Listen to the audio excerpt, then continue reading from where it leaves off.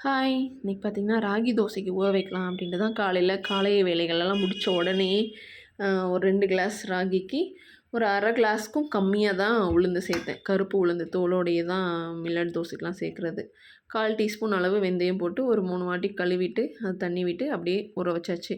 ஒரு 6 மணி நேரம் ஊறினதுக்கப்புறம் மத்தியானம் சாப்பாட முடிச்சுட்டு அப்போ தான் நான் ஆட்டினேன். 1 மணி இருக்கும். ஆமா. நல்லா ஒரு 1/2 மணி நேரத்துலேயே நல்லா சாஃப்ட்டா அரைஞ்சிரும். 1/2 மணி நேரம் அல்லது 40 நிமிஷம் அப்படி அரைச்சத அத அப்படியே டப்பால மாத்தி, தேவையான அளவு உப்பு, அப்புறம் அந்த கிரைண்டர மட்டும் அலசி அதில உள்ள தண்ணி மட்டும் எக்ஸ்ட்ரா தண்ணி சேர்க்காம, அத நல்லா மிக்ஸ் பண்ணி விட்டு மூடி போட்டு எடுத்து வச்சிட வேண்டியதான்.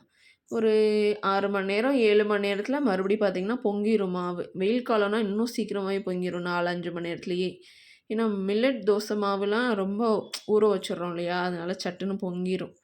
அதுக்கப்புறம் பார்த்தீங்கன்னா, டின்னருக்கு தோசைக்கு மாவு ஊத்துற மாரி தான் மாவு நல்லா சாஃப்ட்டா இருந்துச்சு. இட்லிக்கு ஊத்துற மாதிரி சாரி. அத அப்படியே தோசையா தான் நான் வார்த்தேன். நல்லா திக்கான சாஃப்ட்டான தோசையா இருக்கும். நல்லாயிருக்கும் இந்த மாரி தோசைனாலே. அதுக்கு தொட்டுக்கிறதுக்கு பார்த்தீங்கன்னா, காரமா ஒரு சட்னி அவ்வளோதான். சிம்பிளான டின்னர். ஒரு 2 நாளைக்கு இந்த மாவு கரெக்ட்டா இருக்கும். அதில வெங்காயம் வேணுனா கூட போட்டு மேலாப்புல எண்ணெய் ஊத்தி சுட்டு எடுக்கலாம். அதுக்கு தொட்டுக்க நான் வேர்க்கடல சட்னி தான் காரமா வச்சுருந்தேன். தாளிக்க கூட இல்ல. அப்படியே சாப்பிட்டோம். நல்லா இருந்துச்சு. பாய்.